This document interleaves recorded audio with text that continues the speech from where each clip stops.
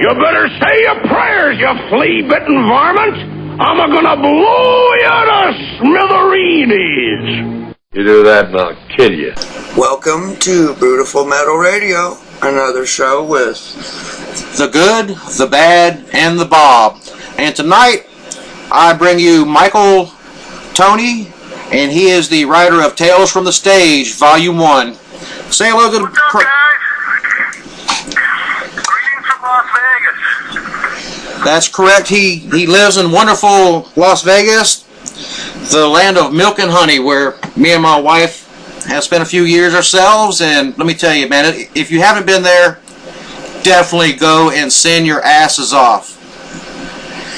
So, it's a good time, man. I love being in Las Vegas, and something that people don't talk about an awful lot is the music scene here, which is absolutely phenomenal, but we can get into that a little bit later on.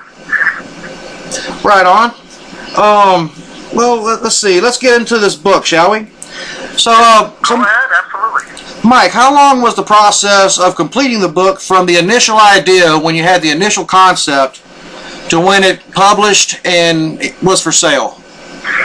Well, you know, I can tell you that exact story, and I'll make it as quickly as possible, but it's a long story, and the reason behind that is there's a whole lot of different ways that I could have went whenever I decided to do the book. The concept, the idea for the book came to me about January 1 of 2012, so we're talking a little more than 8 months ago, and I could have shopped a publisher, I could have involved other people, getting an agent and this kind of thing, but I felt that some of the content of the book is time sensitive. Some of the guys are talking about, you know, upcoming gigs later on in the year and things along those lines, so I really wanted it to be as current as possible. So to start with, every single interview in the book was done in 2012, and they're very lengthy interviews. But to answer your question, long story short, there was a lot of 70 and 80-hour weeks that we put into the thing, Right. and we got the book out in about 5 months after we came up with the concept. And the only way we were able to do that was by self-publishing the book and doing everything ourselves. We didn't outsource anything or contract out anything. We did it ourselves. We didn't have the red tape to go through, and we got the thing out in a little over 5 months, which is unheard of in the publishing world. So that's something we're really proud of, and we're also really proud of the content in the book. Right on. And, you know, I find a lot of people these days are able to do a lot of, you know, DIY, do-it-yourself products and projects. You know, a lot of bands are doing that these days. It's so much easier, especially with, you know, things like the internet, to where you can utilize social media to network and make contacts and spread the word. You don't really need these big, you know, corporations now to do this. I mean, do you agree with that? I totally agree with that. Now, if everything works out the way I've planned and the book continues to blow up the way that it's going now, there might be a point where I might need the services of a bigger publisher, or perhaps I just hire a couple people to assist me with everything that's going on. But to your point, you're absolutely correct. I mean, I was just about a one-man operation. Wow. I did have some help from my girlfriend on occasion, but 95% of the heavy lifting was done on my part. I had the time to do it, which was nice. If I was working another job, I wouldn't have been able to get it out so quick. But yeah, you can write a book, you know, in a fairly simplistic way in a very quick time these days, just using online self-publishing type products, and there's some fantastic ones out there. Right on. Now, was it difficult procuring the participants for the interviews? It wasn't really difficult. Now, in saying that, there were numerous guys who shot me down. Now, I should preface that by saying I prefer visiting and actually listening to music of individuals who are a little bit less mainstream than most, but classic metal. Right. So somebody like interviewing Axl Rose, as cool as that would be, I really have no interest in doing that. Eddie Van Halen, I don't have a big interest in doing that. His story's pretty much been told. Sammy Hagar, love the guy. His story's been told. So I'd rather go with the guys who are a little less big from a fame standpoint, if you will. And the thing with this is, whenever you reach out to somebody to say, hey, I've got this new project, I want to include you in a book, but the catch is, I'm going to ask you everything under the sun, and the interview is going to take over an hour. These guys are used to doing 10 to 15-minute interviews, typically talking about their new album, their tour, whatever it might be, and they move on. I threw some hardball questions at these guys, and it was going to expose some of them, and I wanted to let them know early on that was the case. Given that, some of the guys were hesitant to jump on board because they didn't know what kind of light it was going to shine them in. This is volume 1 of hopefully 20 volumes, and they just didn't know what to expect. So there's not a short answer to your question, but it wasn't real difficult, but I will say that I was turned down by numerous folks who were a little bit hesitant to put themselves out there.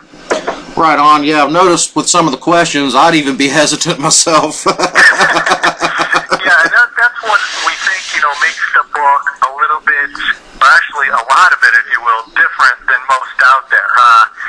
There's a lot of good rock biographies out there right now, but we like to think of this as 15 rock biographies as we feature 15 people. And we've got a pretty good selection of folks who are in the book, so we're real proud of it. We hope everyone takes a look at it. Right on. And we will be going through the list here shortly, a little later on.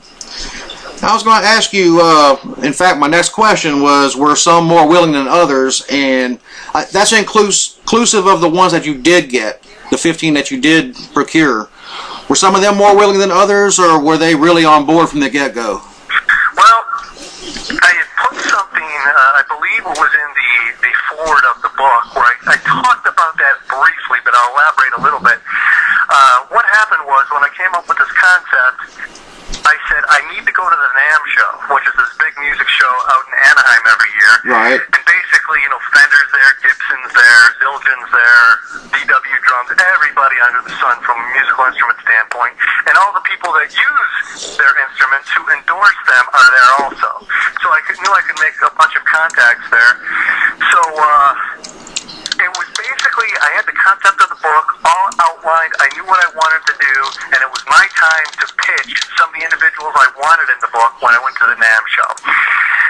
I still wasn't certain I was doing the book because I didn't know what the reaction was going to be. If I was shot down by everybody at the NAMM show, I might have had to reconsider, but I got to the NAMM show and I had 3 guys jump on board immediately. Jeff Duncan from Armored Saint, right. Jay Reynolds from Malice and Metal Church, and then Chris Holes, very shortly thereafter from Wasp, he jumped on board.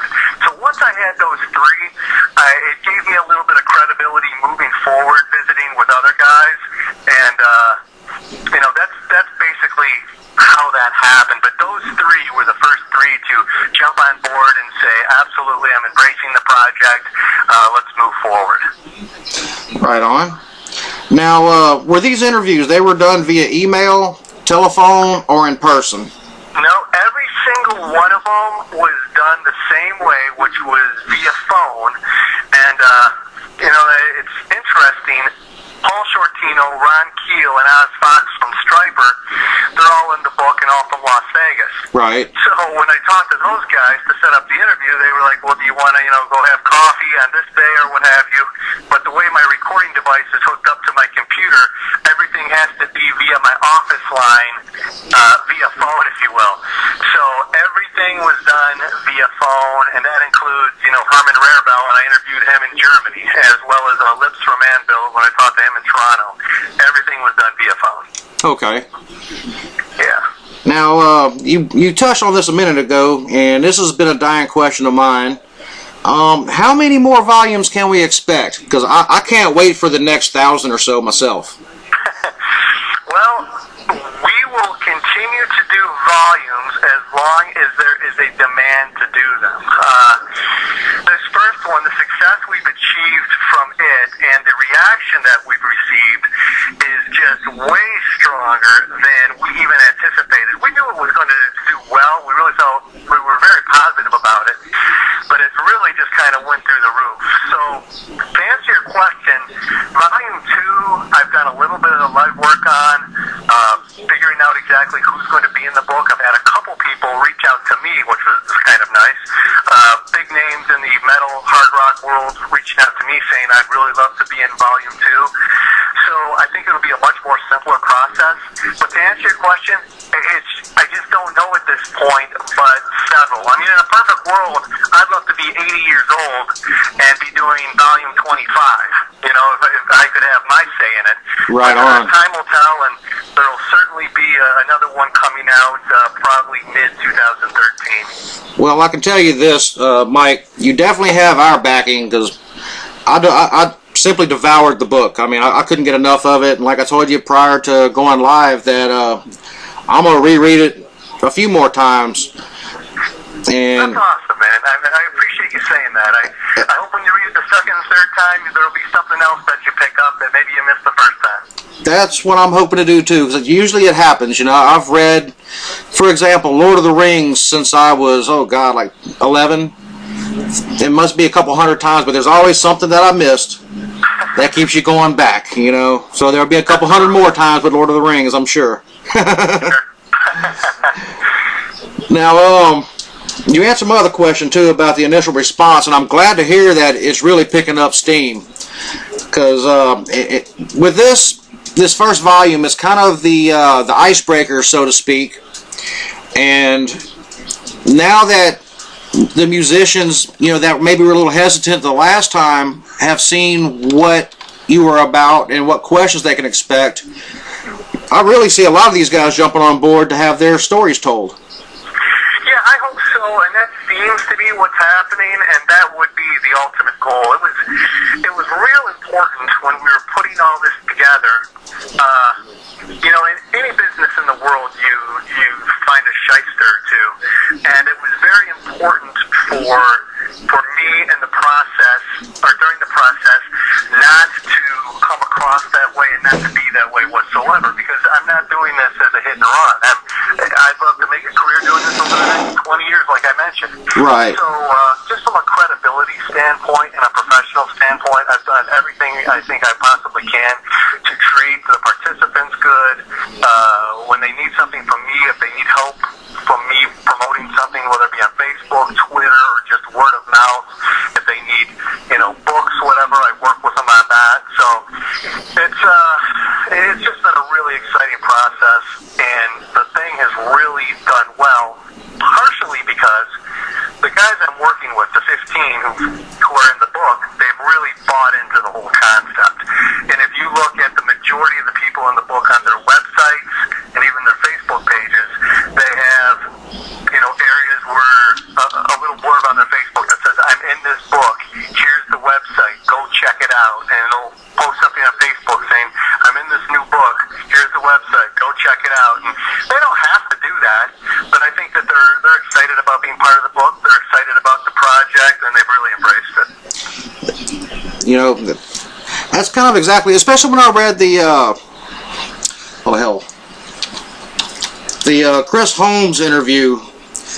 You know, it seems like he's been having a rough time of things ever since WASP, and it was really good to hear that he's doing well and he's starting to bounce back. And, just things like that make you feel good that you get to see these guys that you were fans of.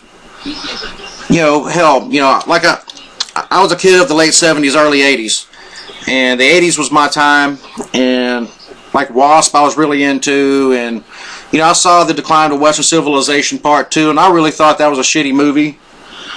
But just because the light they shared, and you touched on that in the book a little bit, especially with Chris Holmes. And it's good to see that he's bouncing back in his life and doing a lot better.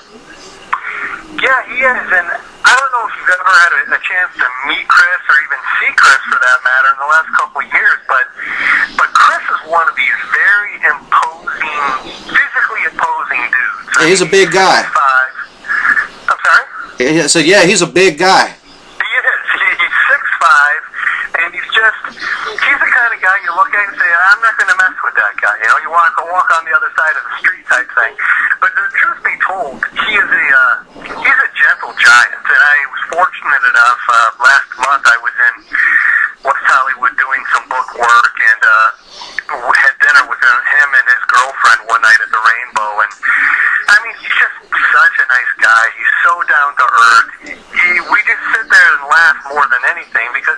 a jovial guy, and he is coming back. He's been in the studio a lot the last couple of weeks. He's got a new project called CHP that's coming out, which is for Chris Holmes' project. It should be out in the next couple months. I haven't heard any of the stuff yet, but he speaks very highly of it. So it's kind of good to see him back in the saddle, if you will, and I wish the best for Chris. I really like the guy. He's an awesome dude. And the guy's a great songwriter because he wrote pretty much all of the good Wasp tunes, in my opinion. All of the great riffs, Man, and if you read in the book, he got screwed out of the publishing on everything. And I threw a call. I remember I asked him about Wild Child because I knew that he wrote that one. And I said, how does the publishing work on that? Your name is on the song. And he said, oh no, the way the publishing was set up, Blackie had really screwed him over and had his publishing dollars going back into the band. So it was really kind of a bad deal for Chris.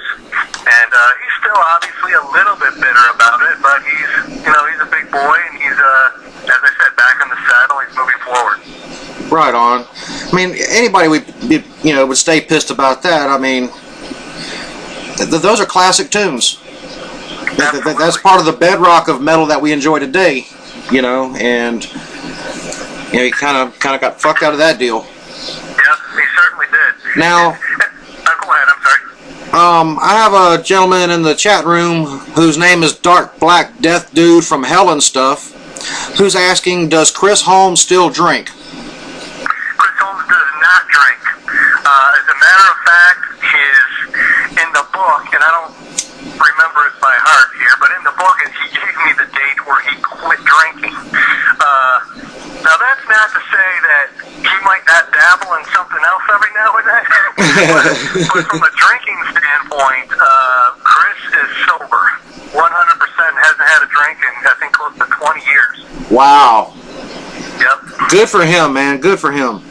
Yep. Good question. Let's see. Now, you basically touched on this a minute ago, and when we first started. First, before we get into that, I would like you guys to know that Mr. Michael Toney, tonight only, till the end of the month, those that are tuned in or in the chat room will get a 10% discount on Tales from the Stage Volume 1. The code that you have to enter is radio. And Mike, what's the website where they can purchase this at? The website is talesfromthestage.com. And you know what? I'll do one better. Not only will we give you that discount if you go buy the book, whether it be now or by the end of the month, but if you buy just the standard book, which is $16.95, there's also an autographed edition you could get, personally autographed for $19.95. But just buy the standard book for $16.95, and I will personally autograph it to you. So, and plus you get 10% off that $16.95 price.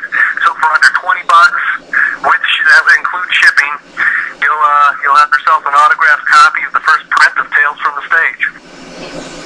How about that, folks? I'm ordering There you one go. when we're done. Yeah, we're gonna be ordering ours as soon as we get off the phone with you. Now, there you go, folks. That's Tales from the Stage, Volume1.com, and use the code RADIO. That'll be a 10% discount. Plus, you'll have an autographed copy. First edition. First edition. So get your asses on over there and get it now. Absolutely, please. It has the Bobster's seal of approval. two horns up. Well, let's I guess let's slip into a couple songs real quick. And say again? You got any Hellstar? We do have Hellstar. Let's listen to some Hellstar. Right on. Let me get over here. How about some To Sleep Perchance to Dream? Awesome stuff. Okay. Put Rhapsody in Black first, and then Baptized in Blood. Cool. Yeah. Well, yeah, put Rhapsody in Black. Alright. There we go. It's going to be Rhapsody in Black, followed by Baptized in Blood. Here we go on Beautiful Metal Radio. The Good, the Bad, the Bob with Michael Toney. And Welcome back. now we're back, finally. So, back here with The Good, the Bad, the Bob, and Michael Toney, author of Tales from the Stage, Volume 1. I love Judas Priest, man. I love that tune. Right on. That was some heads are gonna roll. Now, let's get a little bit into your background. Okay. What band or bands were you into growing up? Wow. Boy, we could take all day with this one. But basically, the very first album I ever had that I think freaked my parents out, saying, "Oh no, he's not going to like this kind of music, is he?" was back in probably '77. I got Kiss Alive 1. Wow. And that was the first, I think I was in 4th or 5th grade, and that was the first, like, hard rock metal album that I was just fell in love with. I just thought it was so cool. I then started playing drums, and then got into stuff like Van Halen, AC/DC, and it just went from there. But, I've always liked the stuff that was probably a little bit less commercial, like I had mentioned previously. So Van Halen back in the day, back in '78, they weren't real commercial.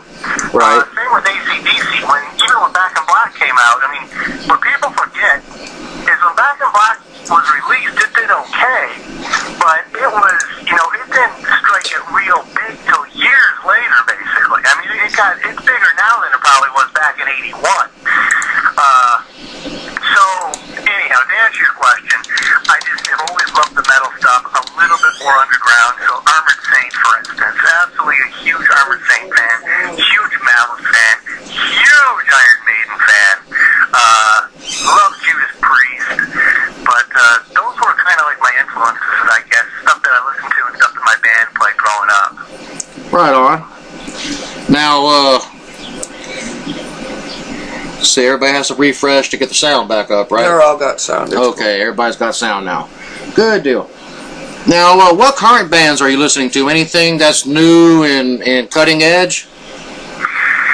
That's a question no one's asked me, and I was wondering if I was going to be asked that question, because actually there is a band that I'm going to probably catch a little bit of flack for liking, but I just think these guys can do very little wrong. I'm a huge Alter Bridge fan. Never been a Creed fan, but for whatever reason, I went and saw Alter Bridge last April. They just blew me away. I thought Tremonti was way better than I remember him being. I think it's a whole different kind of music for him to play. Miles Kennedy obviously sings for them, who's now out with Slash. And, I think most people like him in Slash, and have been introduced to him in Slash. There's some naysayers, but I think that Tremonti and Miles Kennedy and Alter Bridge are as good as it gets. I mean, I just love their sound, and it can be really heavy, it can be melodic, it can be very technical. So I listen to a lot of Alter Bridge, Five Finger Death Punch. That's a band I like. I'm sorry? That's a band I like, is Five Finger Death Punch. Yeah, I mean, they're another band who really, I haven't seen them or heard them put out any bad stuff. It's all good stuff that I'm listening to. I mean, Mastodon, which I guess isn't super new anymore, but they're really not classic, I guess. But I would say those are probably the three: Mastodon, Five Finger Death Punch, and Alter Bridge. Right on. Now, like you, I'm not a fan of Creed. I mean, when their first album came out, I had a lot of my friends get into it, the what I call the pseudo metalheads. Right. Because it was in that crossover era from where grunge was trying to get heavy, and the heavy bands were actually starting to come back. But Mark Tremonti is an incredible guitar player. I cannot take anything from that guy. It's nothing but respect. The dude is awesome. And Miles Kennedy, I have to agree with you, man. The guy's got a set of pipes from hell on him. I'm I said Miles Kennedy has a set of pipes from hell on that guy. I mean, he's really got a great voice. Have you listened to any of the Alter Bridge stuff? Yes, I have. I really like Miles Kennedy a lot, and I don't know that, Slash's band, I don't know that you hear the diversification with Kennedy's voice in that band, because he always has, the high-pitch, quasi-axel sound, for the most part, when he's singing with Slash. Right. But when he's been doing his stuff with Alter Bridge, and I'll especially say the third album, AB3, I mean, this guy's got like a 5-octave range, and he uses a lot of it. It's not all the high, screechy stuff. There's a lot of low, very melodic stuff, and I can't say enough good stuff about either of those guys. I think they're phenomenal, and it's too bad that in today's day and age, if you notice, all of the guys outside of the real A-listers, saying Axl Rose, Eddie Van Halen, Lars Ulrich, James Hetfield, everybody has side projects now. And a lot of that has to do with the way the monies work now in music, that they have to be in numerous projects. And there's a lot of good that comes from that for the listener and, the consumer like us. But the downside is, like, personally, I'd love to see Alter Bridge tour once a year, put an album out once a year, and that's just not going to happen with Miles Kennedy's schedule. And Tremonti says, well, let's pick up Creed, because Miles isn't going to be around for the next year and a half. He's going to be out with Slash, and this kind of thing happens every day, numerous times in our industry. And again, a lot of good comes from it, but in the case of Alter Bridge, I'd love to see them become, that be their 100% focus and just tour and create music. Right on. And I have to agree with you on that one. Now, let me ask you this. You mentioned this a little while ago, that you like to interview the more obscure artists and maybe ones that have been out of the eye for a while. And likewise, I enjoy listening to the more obscure tunes, and we really try to push a lot of underground here. 'Cause, I mean, there's a lot of underground acts that are just great and need to be recognized. Now, if you could have your dream interview of anyone, who would it be and why? Jake Ely from Ozzy Osbourne. And funny story here, I've been a Jake fan since the first concert I ever went to was Motley Crue opening for Ozzy Osbourne 1984. Bark at the Moon had just come out. Jake Ely was playing guitar. And this is before the internet. So, for the folks under 35 listening, you didn't have access really to this music, and certainly not access to video back in 1984. I mean, you might see a picture in Circus Magazine or something like that, but to see Jake Ely in action, you had to go to the show. So I went to the show, and I was really going to see Ozzy Osbourne and Motley Crue. I had Jake Ely, new guitar player, big deal. But from the first song, the first note he hit, and I don't know, the guy just had me mesmerized. And I'm a drummer, but, I mean, his guitar playing just blew my mind. And I followed his career through Ozzy, through Badlands, through some of his other side projects. And then I found out a couple years ago he moved to Las Vegas. Well, through a calamity of errors, I ended up meeting Jake, and we actually become buddies to an extent, to the point that we've been out to dinner a couple times together with our girlfriends. And when I started the book, I was already 4 or 5 interviews in, and I hadn't even mentioned it to him.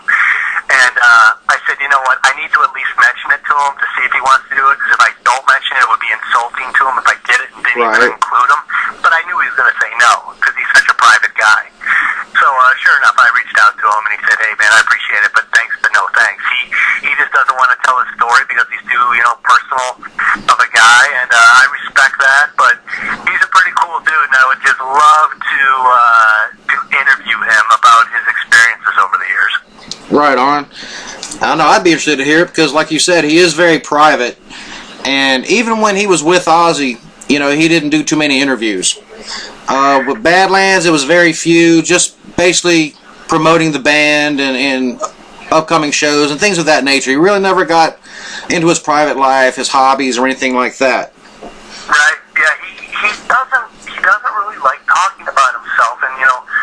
unfortunately for me, getting to know him the way I have, I mean, we've talked about a whole bunch of stuff, but it would still really be cool to include him in a book like Tales from the Stage and be able to, you know, just grill him on just a whole bunch of different stuff if he'd feel like opening up. But he's not ready now. Maybe in volume, 2, 3, or 4. We'll talk to him again. He'll change his mind. Well, hopefully he will, because I would love to hear some of the craziness that went on backstage with Ozzy. Absolutely. That's always a calamity, in action right there. Yep. Yep. Now, you said yourself that you're a drummer, and do you currently play in a band? And if so, do you play shows? No, I'm not in a band right now. I have a drum set set up in my home in my music room, and I probably play 4 to 5 times a week, just practicing, that kind of thing. I probably don't have my chops at this point to jump into a band, even if the opportunity presented itself. But I probably could get myself ready in the next month. I have my chops to the point where I'd be ready to do something like that. The last public show I played, Steel Panther let me sit in for a song when they were here in Las Vegas a little over a year ago. That's pretty cool. Yeah, it was cool. I met those guys. I was in the hotel industry, and they were playing at a hotel here in Las Vegas that I worked at. So I knew them pretty well through that. And I went to backstage before the show one night, and Ralph or Michael Toney, the singer, said, "You want to play tonight?" And I was like, totally caught me off guard. I was like, okay. So we did Dockin' Into the Fire, and they let me play drums on that song. That was a lot of fun. Did you get pictures from the show? I have a few, but they're not good. I mean, this was totally not planned, and it was like a year and a half ago where I guess camera phones were still pretty decent, but for whatever reason, the person I was with was not taking, the photos just did not come out good, and I still have them. You can see it's me, but it's nothing that if I put it out there, anyone would say, "Oh, that's you playing with Steel Panther." They're not that good. Oh, man. So, unfortunately, not really. Okay, let's see. On to the next question. Now, do you play any other instruments other than drums? Have you ever dabbled? Yeah, I play guitar. I've got 4 or 5 guitars that, when I say I play guitar, I use that term loosely. I've played for a little over a year, and it was one of these things that I had some spare time right around the time I started to write the book. So I bought a few guitars, and I do mess around with it. I probably play guitar as much as I play drums right now, but whereas I could sit in tonight with a Steel Panther or someone like that, I could not really sit in and play guitar with anyone. I'm not quite there yet. But guitar is an instrument I'm pretty fascinated by, and probably even a little more intrigued with that than the drums right now. Now, what kind of drums do you play on? I have a 11-piece Mapex double bass set. So wow. It's huge. It's almost Neil Peart size. It's way more than I need, but I bought the thing used about 10 years ago, and it was just an ad I found in the paper, and I went over to this guy's house, and I really only wanted a 5 or 6-piece set, but he had a killer deal on this 11-piece set with all this hardware, all this zills and cymbals, and I was like, what am I going to say? I only want 5 or 6 of the drums, so I took them all, and glad that I did, because I never played double bass before, and it's something that I've really worked on and gotten fairly decent at it. But it's a big drum set. It takes up over half a bedroom. I bet. I got a friend of mine that's got, I think it's either a 13 or 14-piece set, and that thing's it's ginormous. Oh, that's like too big. It took me a couple years to get used to this one because it's so big, but man, 13 or 14 pieces, I don't know if I know what to do. That's like Portnoy size, Now, you play guitar though, right? I do. You been playing a while? Oh, I play often as I can. Did you start in like junior high? Oh, shoot. I started, junior high school about when I was 13. Okay. Close to 30 years he's been playing. Yeah, I'll be quiet. I don't want to. Yeah, she said close to 30 years, but I stopped after 10 years. We'll call it 10 years plus. What kind of stuff do you typically play? Is it like the classic metal or more of the thrash stuff? Actually, I play more, I don't know, it's been classified as death metal, but it's not fast like death metal. It's more like southern groove metal in the vein of, say, like Down and Crowbar. Okay. Maybe a little thrashier at times. Okay. And I don't know if you've got us on air right now, but I could pop some of that in here in a little while. Fire it up, man. Right on. We'll throw a little bit of that on here shortly. Okay. Now let's see. Well, what type of guitar do you play on? What kind of amp do you have? Well, I've got a Marshall amplifier, and it's a pretty decent amp, but I play a few different kind of guitars. To tell you the truth, my favorite right now, I've got a few Schecters that I really like. Wow, I like Schecter. I have a Fender Strat. The Fender Strat was the first guitar that I bought, and I didn't know any better. I figured, okay, Fender Strat is great, right? So then I bought a couple other guitars just to kind of fill up my music room a little bit, and I bought a Schecter C1 Standard, and I just love the guitar. It's my favorite guitar, more so than the Strat. And I also have a Schecter. It's called a Gryphon. Right on. I like that one also, but I also have what else do I have? Oh, I have another Schecter. I've got actually a total of 3 Schecters and an Omen 6 that I don't play all that often. I don't even have it out right now, but yeah, I like to mess around on the guitar, but as I said, I'm not real good, and I'm much more of a rhythm guitar player than a lead guitar player at this point. Right on. Yeah, I've got a Jackson WXRT X-Warrior. It's got a dual humbucker. It's a Duncan Invaders with the Floyd Rose Model 2 whammy on it, locking. That thing has a really fast neck. I love that guitar. I've never played a Jackson, but if I had to get another guitar, I think a Jackson would be it, just because I've heard so many great things about them. Now, my experience with Jacksons, they some of them, like the Randy Rhoads models, come with a flat neck, and some come with a composite radius neck. And mine's composite radius, and our compound radius. And I really like that because it's flat where it needs to be, and it's round also where it needs to be. Because I do a lot of sweep picking and stuff like that. Okay. I've also got, in fact, I bought that one at the Guitar Center there in Las Vegas. Oh, okay. And I've got a Schecter. It's a C1 Diamond Series Griffin, which they don't make anymore. I think they only made them for about 2 years. And I won that at a Project Independent show at the Cheyenne Saloon over there on Rancho. No kidding. What do you think of the Griffin? I am the unluckiest person on the planet. And what do you think of that guitar? Say again? What do you think of that guitar? Oh, I love it. It's got such a jazz feel to it. Every time I get on it, man, I just want to go and shred jazz style. Like Larry Carlton. I'm a fan of it also. Actually, that was the first Schecter guitar I got before I got the C1 Standard. And now I like the C1 Standard a little better, but I play those 2 guitars. I never even touch my Strat anymore, and I very rarely touch my other ones. I really like those two Schecters I have, though. Now, the first one I got hold of was an old Kramer. I bought it brand new in '87. That tells you something. It's just a shredder guitar. It's an old Kramer Striker 200 ST, dual humbuckers, Model 1 whammy, and the thing still plays great. And I also have a Fender Squier. I've never seen another one like this one. It's got the Model 2 whammy system on it, and it's got a humbucker in the lead position and 2 single coils. And it's, a locking whammy system, and man, that thing, it makes me want to play like Stevie Ray Vaughan. I mean, it just pulls blues out of me. Each guitar that I find just pulls a little something different out of you. Each one has its own vibe, Bruce Kulick in the book, I had asked him some questions about his guitar, and I remember him telling me his exact quote was something along the lines of, he feels there's a song in every guitar because he collects guitars.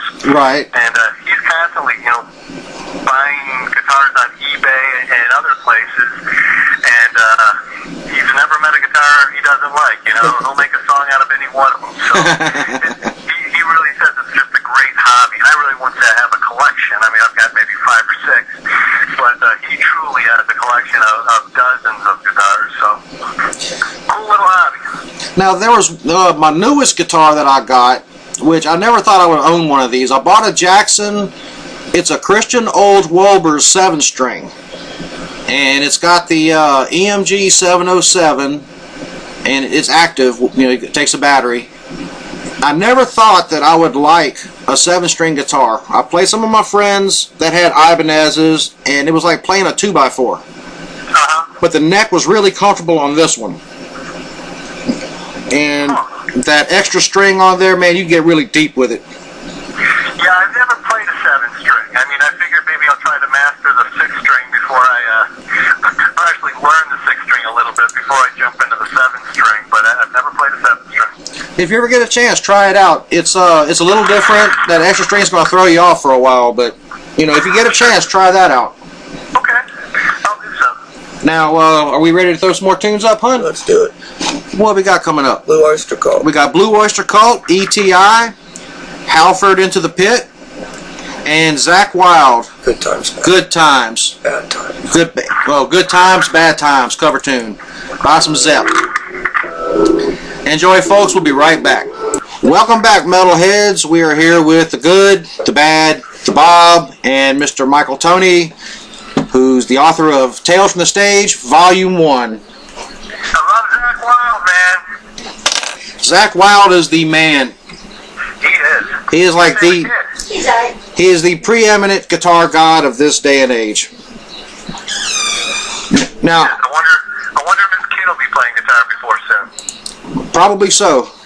Yep. Now, I don't know if you've heard the rumors. I've been seeing this quite a bit floating around Facebook. I'm not sure how true it is, but there's rumors of a Pantera reunion, and they're going to get Zakk Wylde on guitar. Well, that would make the most amount of sense, I guess. I know those guys are all pretty close. I just saw Rex Brown 2 weeks ago here in Las Vegas with his new project, Kill Devil Hill. So I know he's somewhat busy with that. But I saw an interview. I'm going back about a year now. I saw an interview with Vinnie Paul where he denied any form of Pantera reunion, stating that, you know, Pantera's happened and it's over with, and let's just remember the good times from it. But I know, you know, the almighty dollar talks, and maybe he's had a change of heart. So I haven't heard those rumors, but it certainly won't surprise me. Well, you know, just from my take on it, I really don't think that money's an issue, because Hell Yeah's doing outstanding. I mean, you always hear them on the radio. Yep. And they have, you know, heavier stuff too, which, you know, goes to the more hardcore guys. So I mean, they have a little something that hits, you know, across a few different demographics. For sure. But maybe he feels that Pantera has a message to go talk about, you know. And Dimebag and Zakk Wylde were both best of friends. They were drinking buddies. They were the best of friends. And what I read, that's what Vinnie Paul basically stated, was that if there would ever be one, Zakk Wylde would be that man. I think that makes all the sense in the world if they did that. You know, it's funny, in the book, Tales from the Stage, one of the reasons I did this thing is to let everyone really kind of get a feel for how these guys live. And it was important for me to try to get that across, because I think that a lot of us have went to festivals years ago and even recent days where we see, let's say, use a band like Armored Saint. We see Armored Saint up on stage in front of 15,000 people, and the guitar player, let's say Jeff Duncan in this case, because he's in the book, is up there ripping these guitar solos, and everyone's saying, man, that guy is amazing. He must live in a house in the hills, drive a Ferrari, all this kind of stuff. And the truth of the matter is, that's not even close to the case. I mean, Jeff is a guy who's basically got a job like anyone else. I don't know that he's living paycheck to paycheck, but probably close, like most of us are. Right. And my whole point to this is, I think we would be surprised at maybe the financial situation of a couple of these folks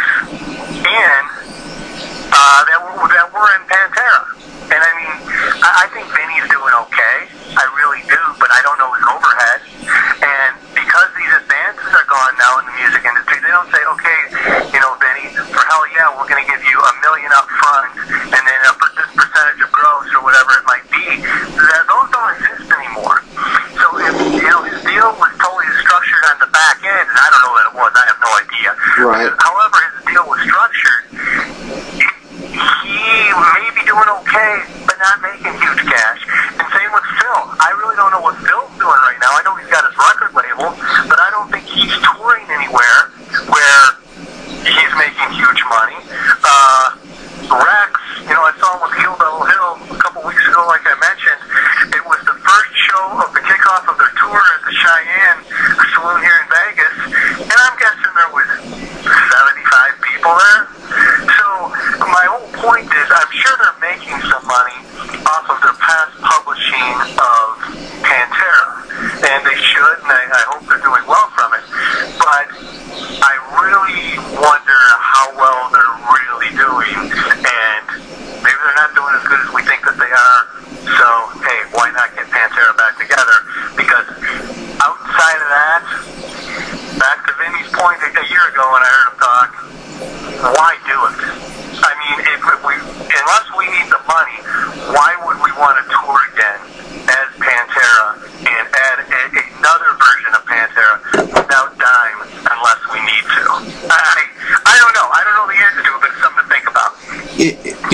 You're absolutely right. I know that, Phil's pretty busy with Down. He does Superjoint Ritual when, the mood strikes him. Phil still deals with the House of Shock in New Orleans. Plus, like you said, he's running the record label, and he's got Warbeast signed to it, and Warbeast is doing pretty good at the moment. That's got, what's his name? He's the singer from, I'm just brain farting all over the place right now. Bruce Corbett from Rigor Mortis is actually singing for that band. And as far as Rex, he is a PV rep. I'm not sure what that gate pays, but more than likely, yeah, they probably are needing the money. 'Cause they're not raking in what they are used to, especially in the '90s when Pantera was strong. But I kind of hope they bring it and pay a nice homage to Dimebags, because I think Dimebag deserves it. At least one tour, and it'd be great to see it. It would be, and to tell you, I'd go see it. I think it would be really cool. I just would question the change of heart that Vinny had a year ago. Yeah. To want to do it unless it wasn't totally financially motivated. Which, hey, that's cool, man. We all need to make cash, and I've got no issues with that. I'm just curious if that would be the reason. But while we're on the subject of Dimebag real quick, I think it's worth pointing out that the book has a non-profit partner in which a portion of the proceeds will be going to, and that partner is Ride for Dime, which is an organization started by the friends and family of Dimebag Darrell Abbott, and the monies go toward promoting musical and music education to America's youth. So I just kind of like to point that out, that some of the proceeds from all purchases go to Ride for Dime. That is awesome. I know, Ride for Dime kind of started the year after he passed away, and it's been building momentum ever since. It's a great organization to be part of, and I wish I had a bike, because I would love to go on one of the rides myself. Yeah, they're really good folks, and back to your point, they really have grown. I mean, they started out with a single chapter, and I think now they have 7, if I'm not mistaken, 7 or 8, but just at their big annual ride in Dallas, where that's their headquarters chapter, or their foundation chapter, if you will, that took place over this past weekend in Dallas, and the organization just continues to grow and grow, and I'm really proud to be part of it. Right on, man. Now, can you give us any hints as far as Volume 2 is concerned? Anyone that you can maybe hint to us that you're might be interviewing? Not at this point, not out of arrogance, but just, I'm not quite, I've had some responses from some guys who actually reached out to me and they want to be in the book, but truth of the matter is, because I want the interviews to be as fresh as possible, they won't take place till January or February next year, and a lot can change between now and then. Right. So I'd hate to give you a name right now, and then maybe due to their scheduling or whatever, I'm not able to visit with them, so I probably won't even let a name out of the bag until until next January after the interview was already in the can, and I feel comfortable doing that. Right on. Yeah. Now, is there any thoughts about doing, say, a book signing tour, local or otherwise? Well, yeah, there is. Locally, and it's funny you bring that up, I got an email just right before we went on air from a girl in downtown Las Vegas who works for the Fremont Street Experience. Oh, wow. So what they've done, for those of you not living in Las Vegas, this is kind of an interesting thing. It'll only take a second to tell. They have free concerts now featuring classic metal artists during weekends during the summer months down at Fremont Street. So this year they had Warrant, Skid Row, they had Bret Michaels, they had Night Ranger. So some of the classic metal bands from the 80s, if you will. And what we're trying to do, more than likely, and this won't happen until next year, and it might involve Volume 2, but, do some kind of signing down there with a couple of the guys who might be in the book with the band that's in town. So something along those lines. If we did something nationally, that's going to have to go through a publisher, because I don't have really the means financially or logistically to plan a tour like that. So if I were to get a publisher down the road, which, possibly could happen because the book's really starting to explode, the publisher would set that up for me and just say, okay, here's how your tour works. We'll fly you here, and here's where your signings are going to work. But you bring up a good point. What I really like about this book that is different than a lot of them is I could do 6 or 7 different signings in 6 or 7 different days with 6 or 7 different guys who are featured in the book if they so happen to be in that town that I'm going to at that time. Exactly. So I think that could be a really neat thing too. So we'll see what happens with all that. Right on. Now, just to maybe put this in your pocket, there are 2 other areas in Las Vegas that you may want to talk to that would possibly, put the book on the shelf, so to speak, and that would be Zia Records. Already in there. Already in there. There you go. And how about Cash for Chaos? No, I don't know Cash for Chaos. They're right across the street from UNLV. Check them out. They put everything on consignment, and they're really about unknowns and underground, and it's a great place. A lot of the underground artists that live and jam in Las Vegas put their stuff in there. We had our CD and some of our shirts there when we were still in Vegas.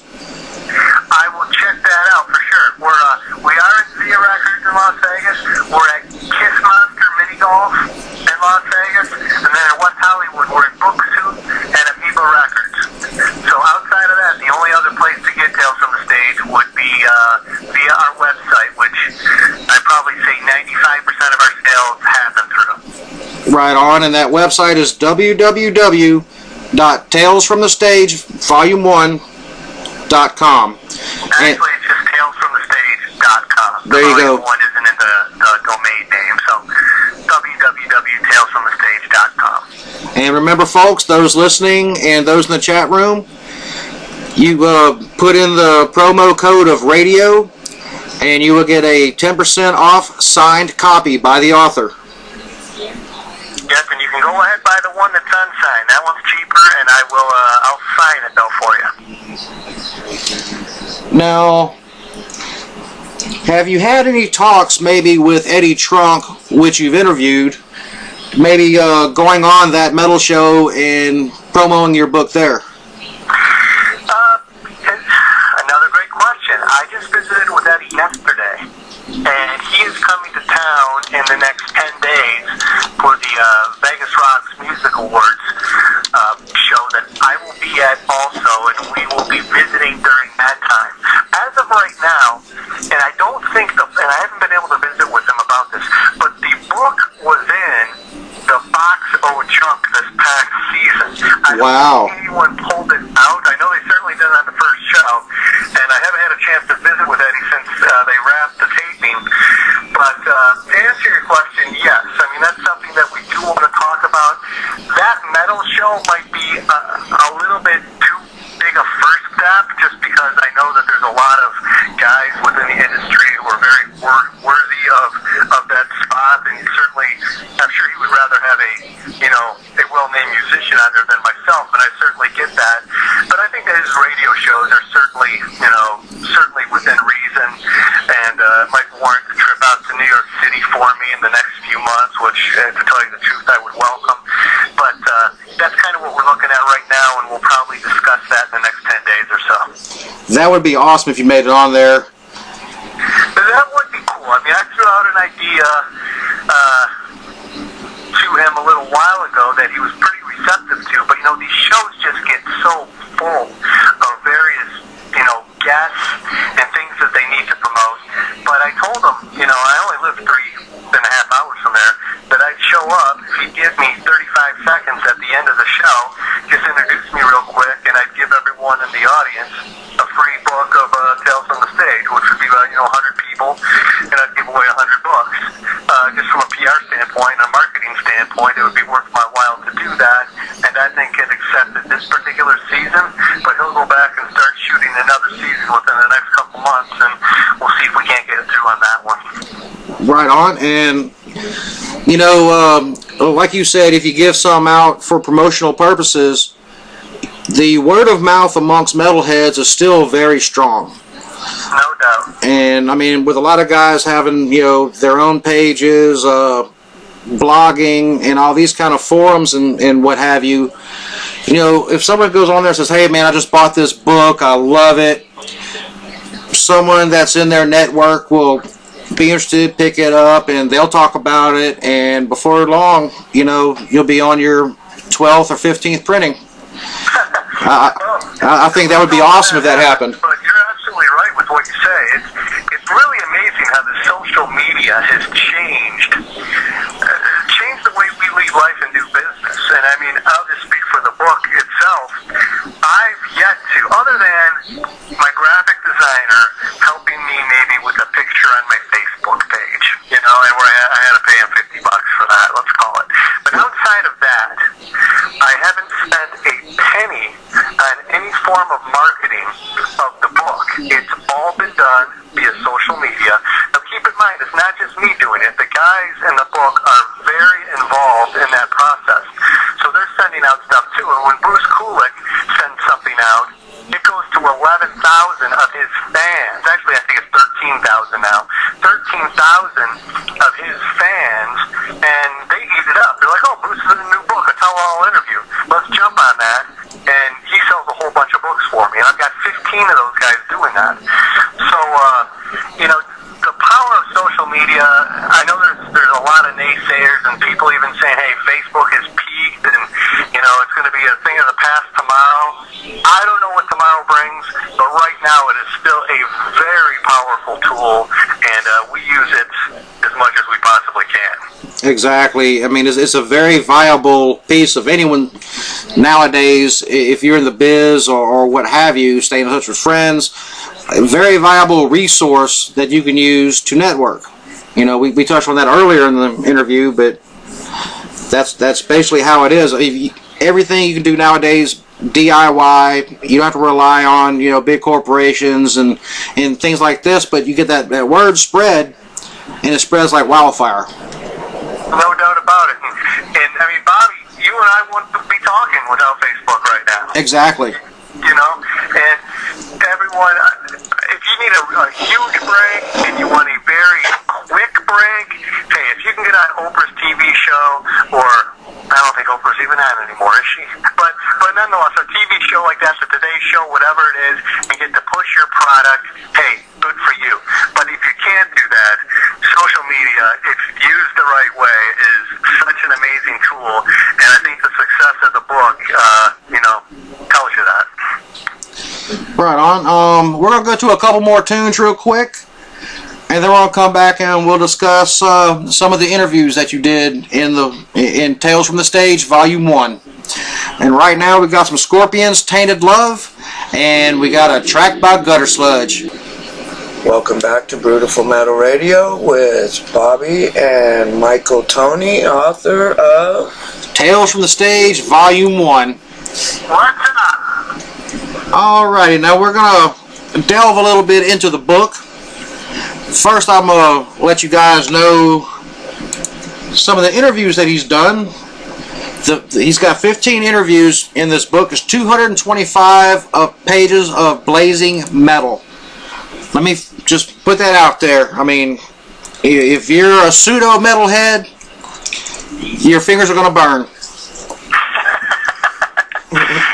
Now, he interviewed Bruce Kulick of Kiss, Jay Reynolds of Malice and Metal Church, Herman Rarebell, who used to be with the Scorpions for years and years, Tim Ripper Owens, who we all know from Judas Priest, Eddie Trunk from That Metal Show, Jeff Duncan from Armored Saint, Tracy Guns from LA Guns, Paul Shortino from Rough Cut, and if you remember, he was Duke in the movie Spinal Tap. Also, Chris Holmes, who was with Wasp for a few years, in their good years, in my opinion.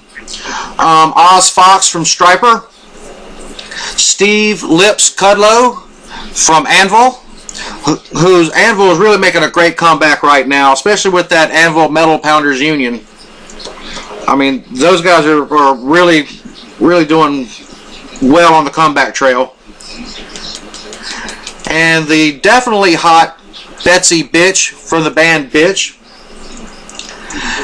And let's see, we got Ron Keel from Steeler and Keel,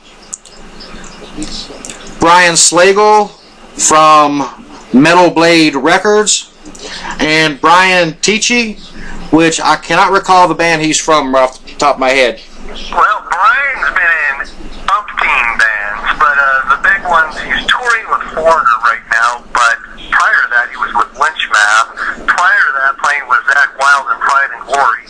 Prior to that playing with Ozzy Osbourne. Prior to that with Billy Idol, and he's really in Whitesnake right now. Right on. Yeah, the guy's like a gun for hire. Yeah, that's exactly what he is, and he's amazing, just an incredible drummer. Good stories, too. So, how was Bruce Kulick to interview? Well, you know, everyone was super cool to interview. I'm trying to think, there wasn't anyone who was, troublesome or difficult to deal with. Bruce was very professional.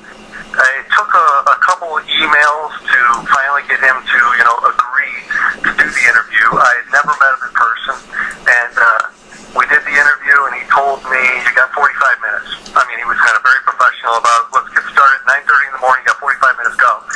And about 45 minutes in, I had probably another 15 questions to ask him. And I was like, man, I've got more questions. He's like, don't worry about it, this is fun. And we just kept on going. So he was really super cool. I thought he was pretty forthcoming with me on a lot of the Kiss stuff. And, a lot of these guys, especially, Bruce Kulick, let's say Eric Singer, fall into this category as well, even Vinnie Vincent, Ace Frehley. These guys don't like talking necessarily just about Kiss, especially a guy like Bruce, because Bruce has done a lot, and a lot of people don't realize, and we talk about it in the book. Yeah, I didn't realize a lot of what he's done over the years. I mean, it really surprised me, because I really know him from Kiss.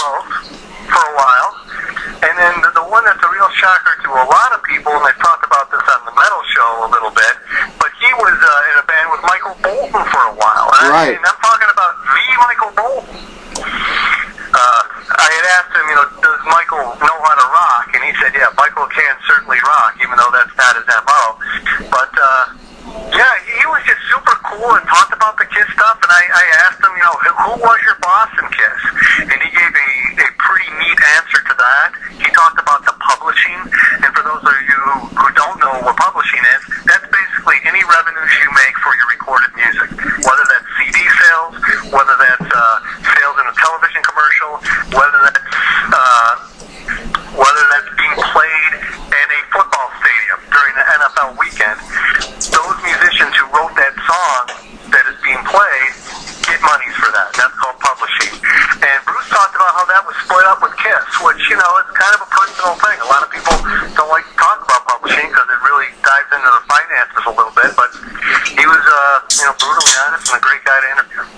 Right on. Like I did not know that he played on Bat Out of Hell with Meatloaf. Did you know?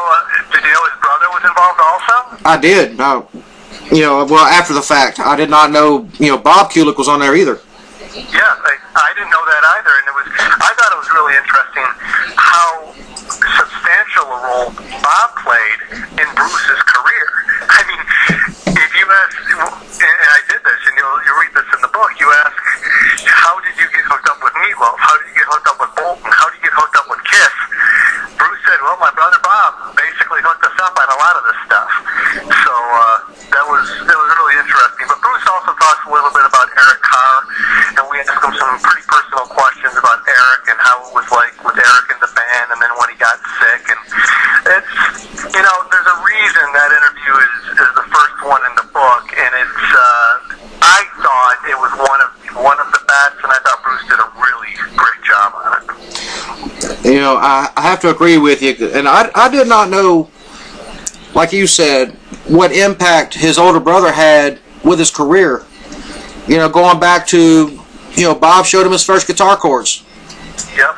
And I mean, he's been a really, really big, factor in Bruce's career. And, all the interviews I've ever seen or read by Bruce, the guy's he seems super nice, really sweet guy. He is. As I had mentioned, I was doing some book business in LA last month, and, I'm having some of the books signed for Ride for Dime. We're going to use them as silent auction items, so I'm trying to have all the 15 guys in the book sign the book, and we'll put them up on eBay or at one of the Ride for Dime events in a silent auction. So I had him look up with Bruce as well as some of the other guys, and we were at a Starbucks, and I was like, all right, Bruce, thanks for signing the book. He's like, well, let's get a coffee, and he sat there for an hour with my girlfriend and I outside in Studio City, California, and outside the Starbucks, and we talked for at least an hour. He brought me a copy of his BK3 CD that came out, I guess about 2 years ago, but amazing solo CD that he did, and we just talked about everything, a little shop about personal stuff, but just a super, super nice guy. What you see is what you get with him. He's super great guy. Right on. Let me see here.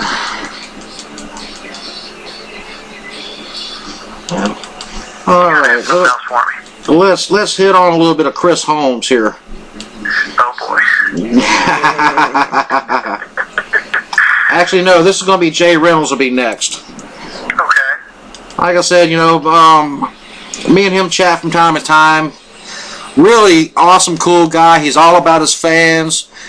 I mean, you can message this guy via Facebook, and he will answer. And so it's funny. I don't know who you're talking about. You're talking about Holmes or Jay, because they're both the same. Oh, Jay Reynolds. Okay, so we're talking about Jay. Okay. I had a chance to visit with Jay when I was in town a couple weeks back. As a matter of fact, Malice was playing at the Whiskey, and we kind of scheduled the book business around that so that we could not only see Jay play with Malice at the Whiskey, but visit with everyone while we were in town. And, it's really great to see Malice back, because the new CD is awesome. I mean, I really loved License to Kill back in '86, I think is when it came out. But, Jay tells some really great stories, too. He was in, a lot of people don't know this, but he was in Megadeth for a couple months. Right. And this is right when they were getting ready to, or they had kicked Chris Poland out of the band, and they brought Jay in. And he tells a couple interesting stories about how he joined the band and exactly what happened, but I was also able to, and this was just a matter of timing that worked out perfect, I was reading Dave Mustaine's book right prior to interviewing Jay. And, Mustaine spoke on a couple pages all about Jay and how great it was to have Jay in the band until something happened.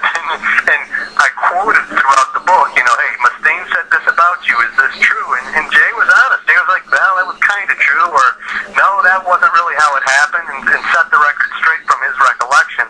But he tells a couple good groupie stories and drug stories. He used to be heavily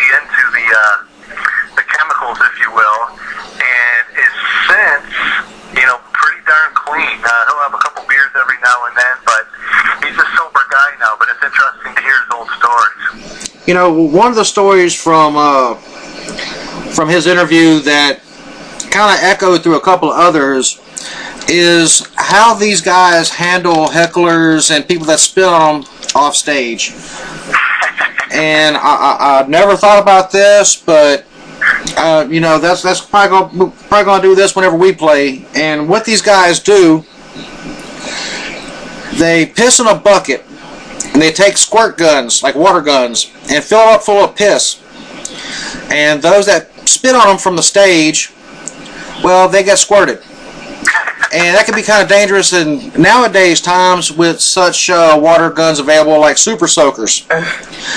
So all I can tell you out there to all my friends in listener land, be careful who you spit on.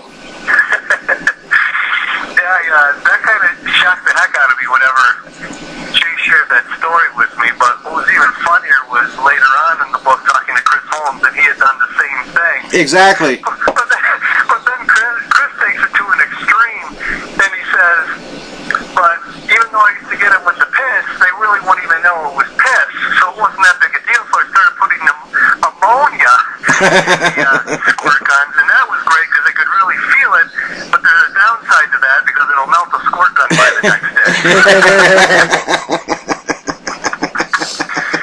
I thought that was pretty good. Yeah. I got a great chuckle from that one. Yeah, Chris was a funny guy. I mean, of all the interviews, you know, I'm asked a fair amount of times, you know, who was the most shocking, I guess, interview. And I don't know that I want to say one was like shocking, but you know, Chris Holmes was pretty close to shocking. He really pulled no punches and just told everyone how it is and talked about his dyslexia and the fact that he's got a 4th grade reading level, and he talked about, you know, how he lives, where he lives, what he drives, how much money he makes with his current job, which his current job is pretty interesting, but he's not making any money really right now via music, and that's because he got screwed out of all the publishing rights with Wasp, and he goes into detail exactly how that worked with Blackie Lawless, and you really kind of see why he has resentment towards Blackie. But, you know, knowing Chris the way I do, which, you know, I'm getting to know him better, and I've known him for a few months now, it really kind of seems like he's over it. He'll still talk about it, but he's like, hey, man, it happened, you live, you learn, he laughs about it, and he says, but here's what I'm working on now, and I'm excited about it. So, I really dig the guy a lot, man. I think he's a cool guy. Yeah, it kind of got to me too about the section I read about where Chris was going to go support his wife at a function, and Blackie, I don't know, something about he wouldn't let him go, and years later he told him the reason, I guess it was after Wasp reunited, that it was basically he was jealous. Yep. And I don't know, I view that just as a bunch of bullshit. But why does Blackie have to be jealous of anybody? I mean, he's had great success with Wasp.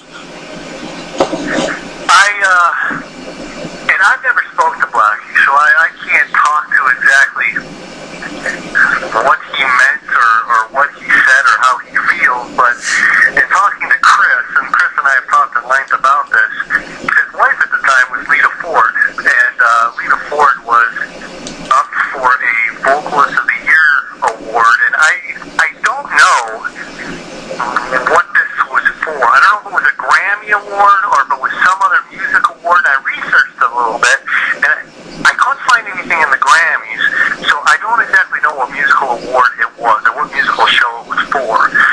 But nonetheless, he wanted to go to the show to support Lita, and Blackie said, no, you can't go. You're previously committed. You can't go. And I don't know that he even gave him a reason, but Chris was not allowed to go. And this got under, you know, Chris's craw. It was in his craw for years. And finally, you know, whenever they were talking one night and Chris was pissed at Blackie, it came out as to, you know, here's why I've been pissed at you for years. Why would you ever do that? Why wouldn't you let me go support my wife? And Blackie said, well, it's because I was jealous. And I don't know if that was jealous that he wasn't included or he wasn't getting awards for his music. I really don't know the answer. And to tell you the truth, I don't know that Chris knows that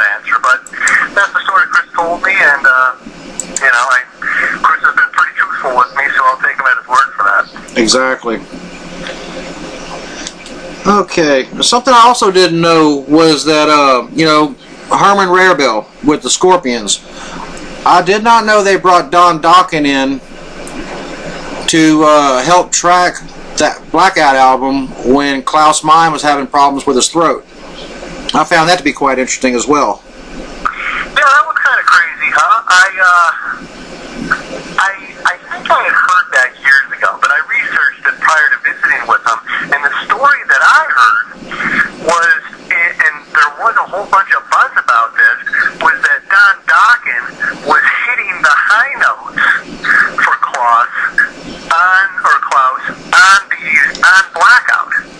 And that's why I wanted to clear the air on. I'm like, so hang on, was Don singing? Was his voice on the album at all?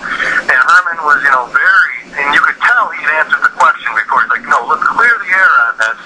Don Dokken's voice cannot be heard anywhere on Blackout. He was just kind of helping them with the tracks in the studio when Klaus couldn't sing due to the fact that he had the lymph nodes on his throat and basically had to take a year off. And, Right. Herman goes into detail about that, but the neat story about Herman is he wasn't, Klaus obviously funded that band, and Matthias as well as Rudolph helped fund that band, if you will, and Herman was more in the background, but Herman is probably doing better financially now than anyone else in the book, and this all goes back to publishing, and the fact that a lot of people don't know this, but Herman wrote the lyrics to many of their big tunes, including Rock You Like a Hurricane, which every time they play that song on the radio now, every time you hear that song on a commercial, Herman's cleaning up. And he's got houses in the south of France, he's got a house in England, he's got a house in Germany, and very happy-go-lucky guy, very classy guy. Literally sent him an email one day, and 2 days later, I was doing an interview with him while he was in Germany. Wow. And I can't say enough about the guy. Just an amazing guy, and again, amazing stories. Talks about, playing with Michael Schenker, Uli Roth, Matthias, asking to compare the three, who's the best, and he answers all these questions, so it was cool getting to visit with him. And yeah, I was surprised at the level of involvement that Herman had within the band, because like you said, whenever you read an interview, back in the day, it was always Klaus or Rudy, one of these guys that was talking. But with the publishing, he's doing well off. Every time you go to a college game, a ball game, you're going to hear Rock You Like a Hurricane. You hear it, I don't know, God, it's got to be on 300 channels around the world. Yep. It's playing somewhere in the world every day a few times. It is, and the radio stuff pays them a couple bucks, but whenever you see one of these, songs, I want to say it was GoDaddy who had picked up that song a year or two ago. You're talking hundreds of thousands of dollars, depending on how long that ad runs, that they have to pay to utilize that song. And, Herman's doing well. He's living a great life, that's for sure. Now, let's get into a little bit of Tim Ripper Owens. Now, I was surprised, because I've seen the movie Rockstar, and everyone was told how it's basically the story of his tenure in Judas Priest. And I like how he basically breaks it down for us and tells us that, no, it was basically a story that Hollywood was starting to distort, so him and Judas Priest both backed out. Yeah, it was the New York Times picked up his story, the real story of Tim Ripper Owens. And this, goes back after he was in Priest for a couple months, I believe, and the New York Times picked up this story where they came to his hometown and took pictures of his folks and all this kind of thing. And somehow George Clooney's production company picked up on this story and started talking to the guys in Priest saying, let's do this movie. So as the movie started, really developing, there was a lot of true things in the movie that Judas Priest didn't necessarily want to talk about, like the fact that they were an aging rock band was one of the things. Judas Priest really didn't want to focus on, hey, we're an aging rock band. They wanted to avoid that. But then they started throwing in things that really weren't real. And I guess the band said to the production company, hey, look, we need some kind of creative control on this. And the production company said, no, we can't give you any creative control. We're just running this deal. And they said, then our involvement's out. We want nothing to do with it. We're backing out. And at that point, they had to change quite a few of the things in the movie so that they didn't have to pay the guys in Judas Priest, namely Ripper. But as you recall in the book, I asked Ripper exactly what he was paid, and he answers the question. And he was very forthcoming with everything financially. How the publishing worked in Judas Priest, how much money he's making now compared to how he was in Judas Priest. Not necessarily giving dollar figures, but he talks in a broad spectrum, if you will, so you get an idea. But I get asked pretty frequently who my favorite interview was, and I always answer it the same way. It's like, hey, you've got 15 kids, let's say, who's your favorite? But if we can switch that question around a little bit to who did I relate most to within the book, it's Ripper Owens. We're the same age, we both love the same music, we're from the same area of the country, graduated in the same class. I mean, he's just an awesome, humble, down-to-earth guy who, by freak luck, and when you read the interview, you'll see, freak luck, this guy got the break that he got. Not that he wasn't talented, but everyone needs a break, and he got his through freak luck, and he made the most of it. And I think he is amazingly talented, and I'm proud that he's in the book, and I really enjoy visiting with him when I get to talk to him. It's also funny that he touches on something, this is where the world gets really small. He touched on something in the book about these two guys that wear their denim jackets and they're all patched up, and they just kind of stand there like a couple of dicks at the House of Blues in New Orleans. My wife, Buffy, you've seen these guys when we went to shows at House of Blues, standing up front with their arms folded, looking like a couple of fucking dicks. And he talks about these two guys, when Judas Priest played there, and then, he finally won them over. These guys are like elitist metal Nazi pricks. And when I was interviewing these guys, I mean, there was laughs. I mean, you can tell that throughout the book. I'll put in laughs in parentheses when there were laughs, and typically we'd laugh together.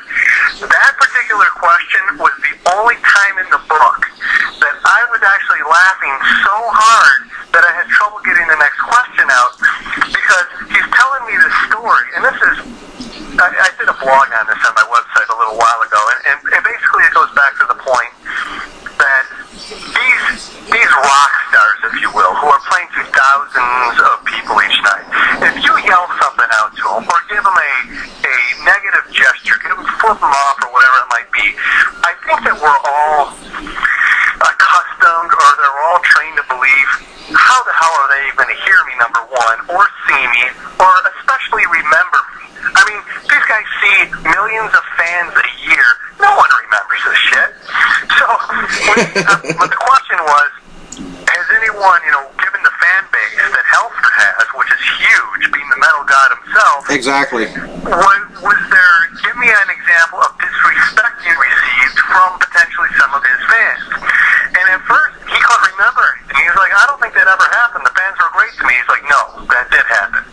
And he got very specific about these two dudes in New Orleans who would just flip them off the entire show. They would just stand there and flip them off. And he described how they looked and all this stuff. So I started laughing. I'm like, you remember these two dudes all these years? He's like, every year they were in the same spot in New Orleans, yada, yada, yada. And I just really thought that was funny. But it goes to show you, just because this guy's, making a decent living playing in Judas Priest to millions of fans a year, he remembers when someone's disrespectful to him like that. And I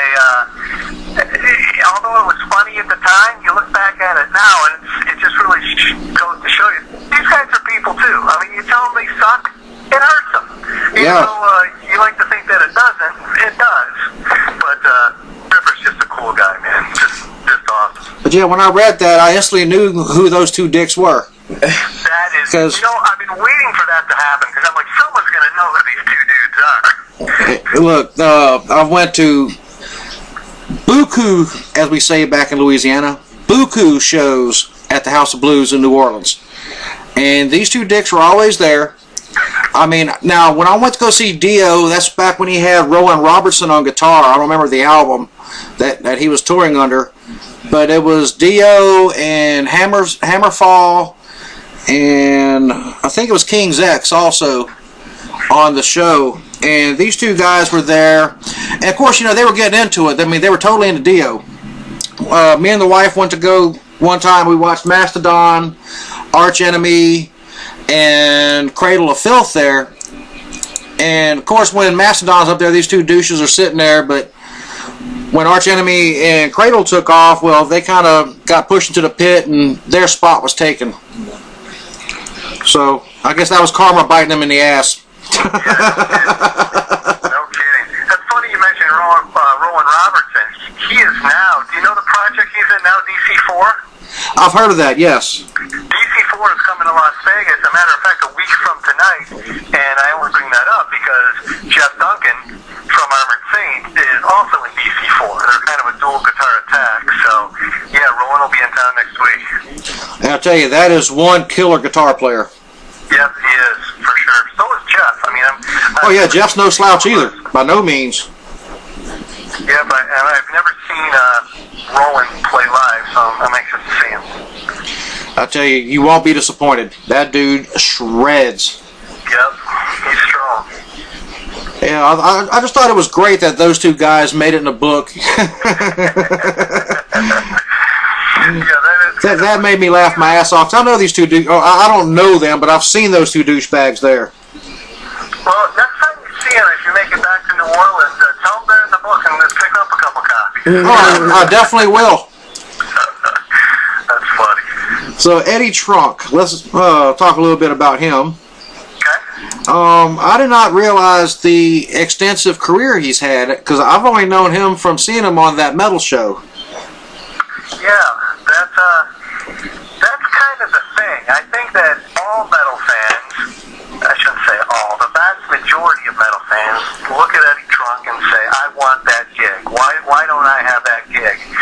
So I have found that in doing a lot of promotion for the book and talking to a lot of metal journalists as well as DJs, talk show hosts, Eddie is way more controversial and, I'll go as far as saying, disliked by them than I ever thought. I mean, Eddie just, to me, just seems like a total, straight up guy, and yes, he has a lot of knowledge, and he loves metal, and I take it at that.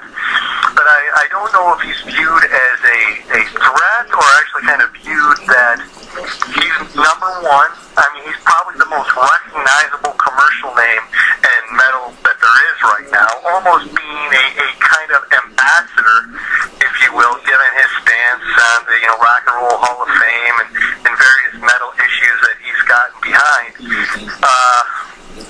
He's been nothing but cool to me, though. I mean, he is the one guy in the book. As a matter of fact, I was having this conversation with my girlfriend yesterday. He's the one guy in the book, if I need an answer to something, and I have a question for these guys, I'll send them an email. I know for a fact, unless Eddie's out of the country, I will get a response within 3 hours, and it will be exactly what I need.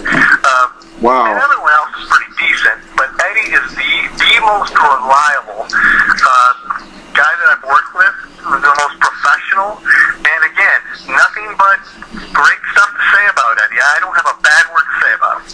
Well, I think the reason he gets a bad rap, and primarily it would be from those in power, like you said, at the Hall of Fame, and maybe some of the labels, because he's very vocal, he has a strong viewpoint, strong opinion, and he's not scared to hold back. I mean, he's going to tell you exactly what's on his mind, whether you like it or not. And I respect that. I like blunt, I like truth, and he's all about it. Yep, he's a cool guy, man. I'm going to get to see him, actually. I've never met Eddie in person, although we probably communicate, I don't know, maybe twice a month, let's call it, via email regarding various things. But I will see him at the Vegas Music Awards that take place in about 10 days here in Vegas, and that's what our email was about just yesterday. And I'm anxious to get to hang out with him for a while, because I feel like we've kind of become friends over the last 6 months working on the book and all. And again, he's just been very generous with me, very nice to me, and very professional. So I look forward to hanging out with him.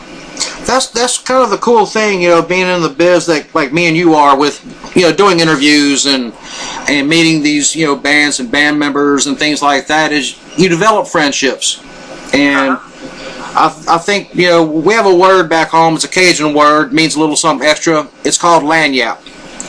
And to me, it's all lanyap. That's the icing, so to speak, on the cake.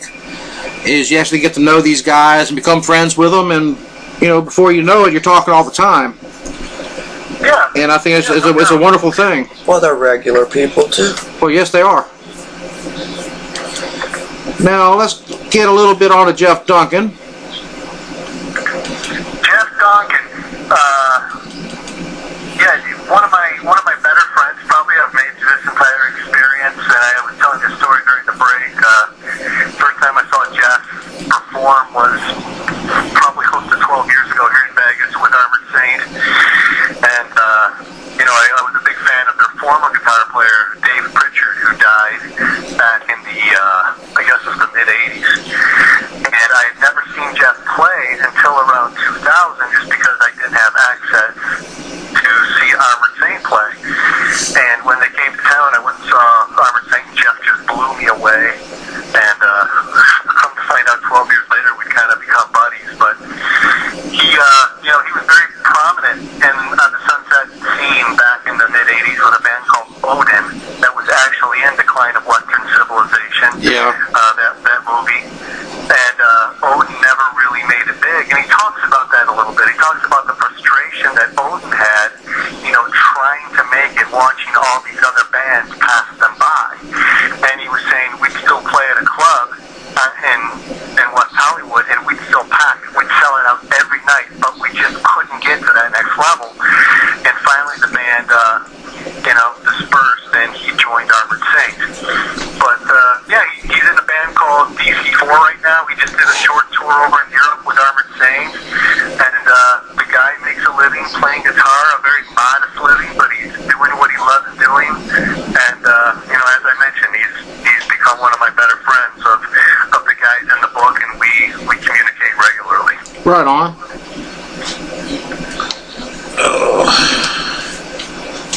Let me scroll down here a little bit.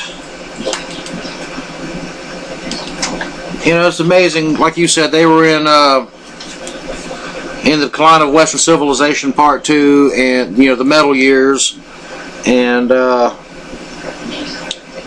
they were another band that didn't get any kind of compensation out of it, and it really sucks. That people take advantage of these guys, young guys, that they're hoping to get a little promotion, maybe get their band's a little exposure, and Penelope Spheres comes in and just totally dicks everybody over. I mean, but that's kind of the bone that metalheads get thrown from time to time, I guess. Yep, it's an unfortunate thing, and in Jeff's case, I don't think, and I don't have the book in front of me, but Jeff did say he got compensated for it.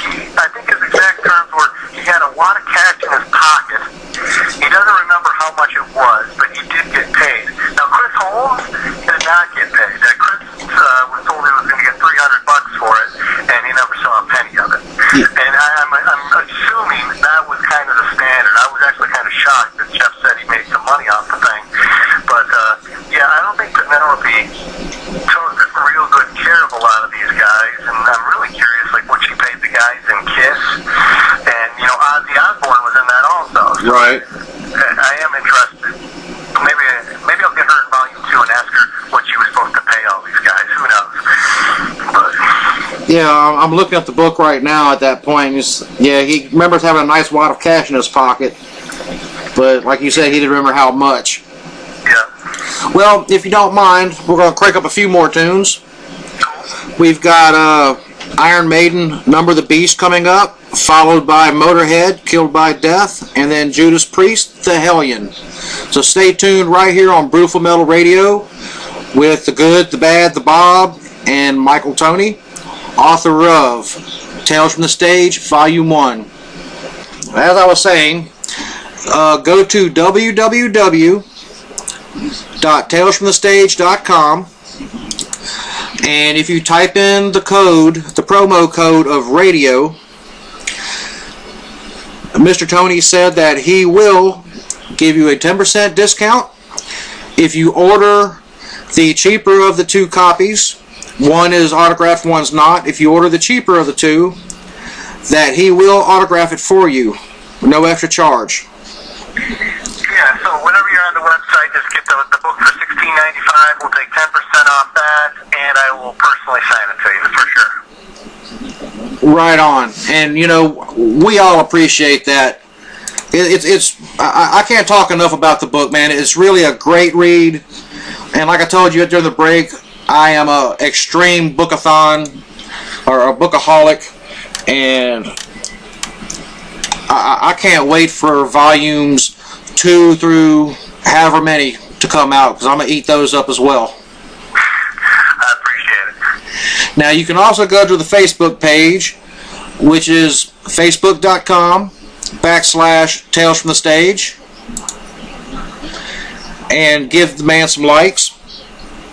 Please do, and if you like our Facebook page, which I hope that you guys do, we give you constant updates on what the 15 guys and girls, and the guys and gal, I should say, in the book are doing, whether they have, gigs this week, gigs next week, had a baby, whatever it might be. We try to keep you updated on all 15 of those dudes and dudettes, and also we'll be having information as the months go on about Volume 2 and the status as to Volume 2. Also, probably after the first of the year, we'll run some specials. We don't exactly know what those are going to be yet, but anyhow, long story short on that, please just give us a like so you can stay in touch with us, and we'll keep you posted as to everything going on with the book and everyone in the book. Right on. Now, is there anything that we haven't spoke about that you would like to let the listeners know? I think we've done a pretty good job of this moving through the interview, but just, some of the folks might say, hey, I've read interviews online, or I've read interviews in magazines, or I've read other books, how is yours different? My book was written by a hard rock / heavy metal fan for a hard rock / heavy metal fan. So the questions that I ask are probably a little bit unorthodox as to what a many-time published author might ask, because they're trained in journalism, they have English degrees, all this kind of thing, and they'll say, well, I can't ask this question because it might insult somebody, or I can't ask this question because it might taint the answer he's going to give me to 4 questions down on my list of questions. There was none of that with me. I'm just a huge fan, and I'm fascinated by the music, how it came to be, and to be quite honest, their personal life, really their finances. So I ask a whole bunch of questions about their finances, how it worked within the band, what your cut of this was, how much did you get paid for this particular gig. I mean, these type questions, and lucky for me anyhow, it seems like a lot of these hard rock metal fans wanted to know the same type answers. So that's why I wrote the book, and I hope it came across that way. And I know, Bobby, you've read it, and I think you think it's okay. Oh, I think it's more than okay. It's one of my top reads in the metal, the written metal genre. I'll put it that way.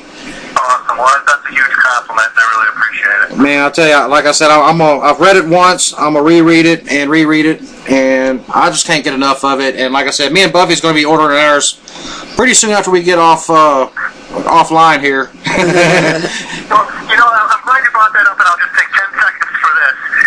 We ship all of our stuff. It's $5.50 for shipping within the domestic U.S., so, I mean, that's very reasonable, and we ship everything priority mail, meaning if you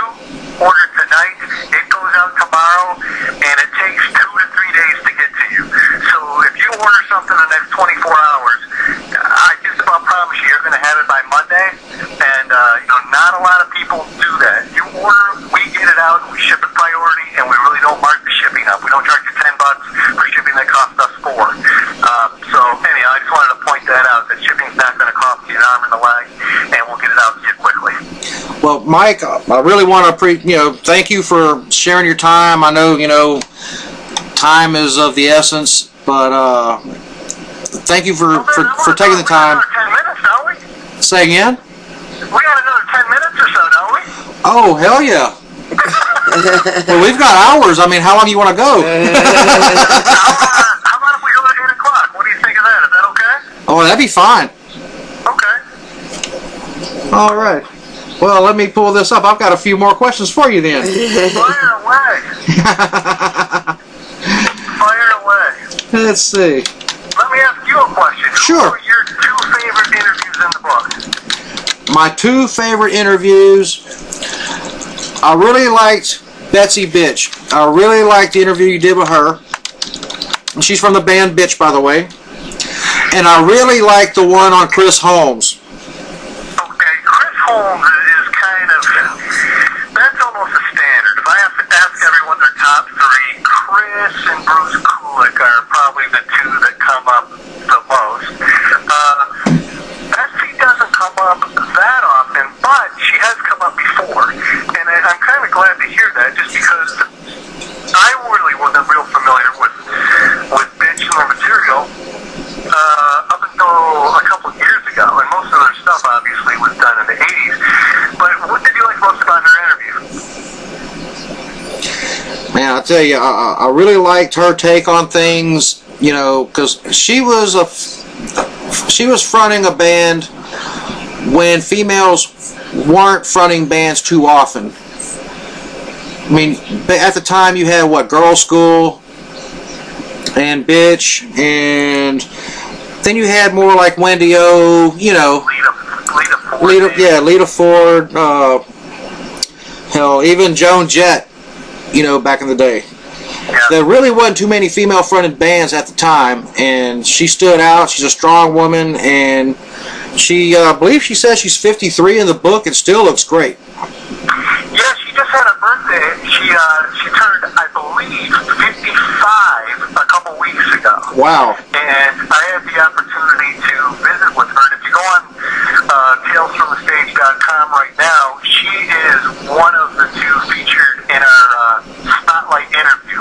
The Ripper Owens is one, and then right beneath Ripper you'll see Betsy Bitch. And yeah, for being 55, I mean, she works out regularly.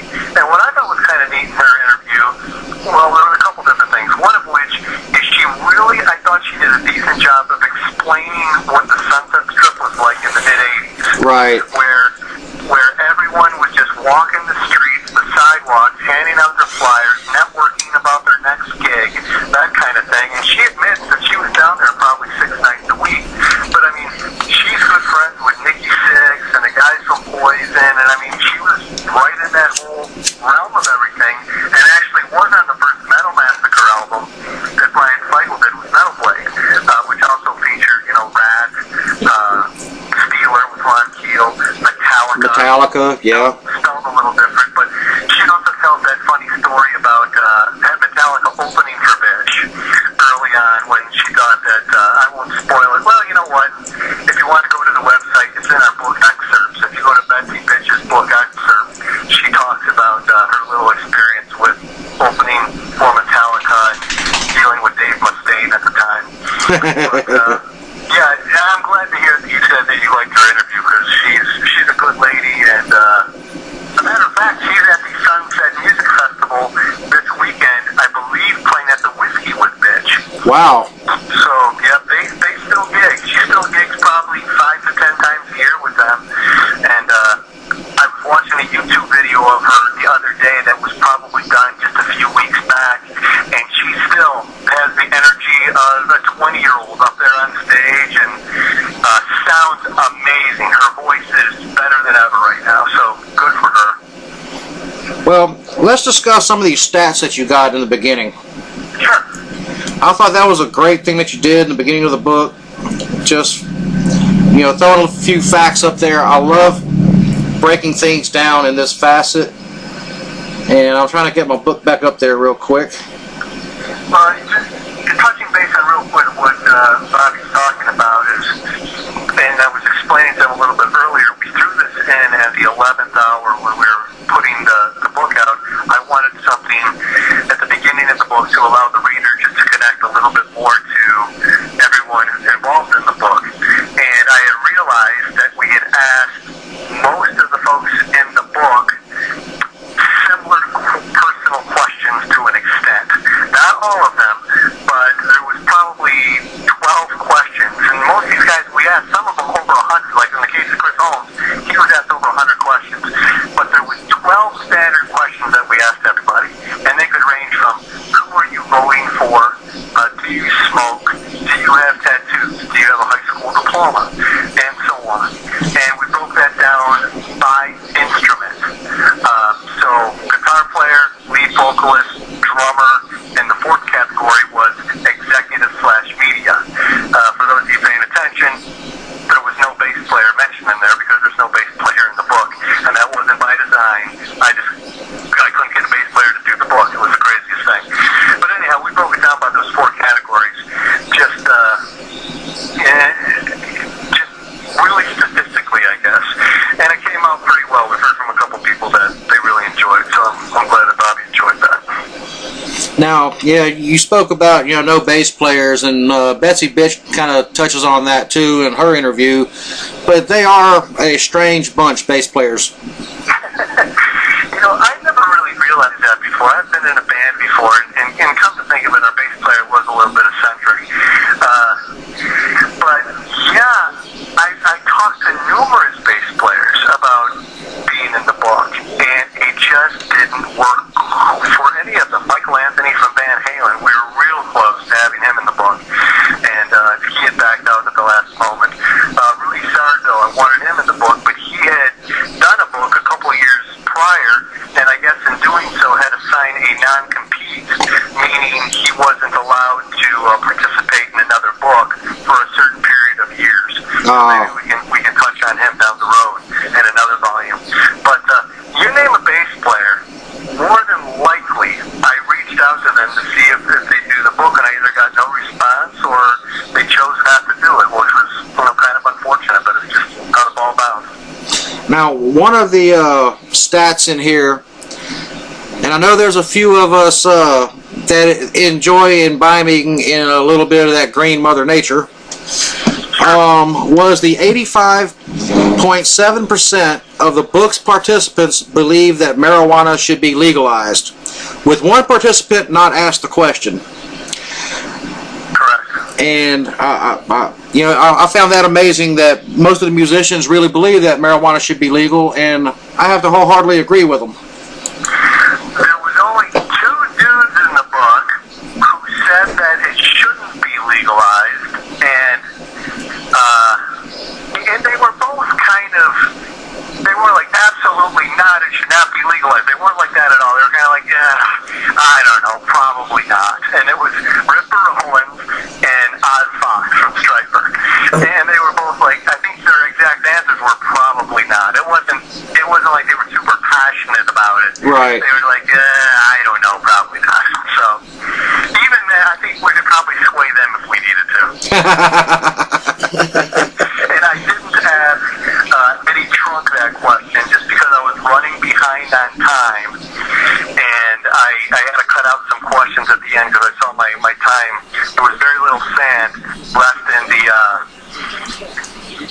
oh man, I'm afraid, what do you call those things? Hourglass. What's that called? Hourglass. Hourglass. Yeah, the hourglass. There was very little sand in the hourglass, and I was like, okay, the marijuana question is going to have to fall on the floor, and I didn't get to ask him that question. Yeah. Also, let's see. Let me get to another one. I like this.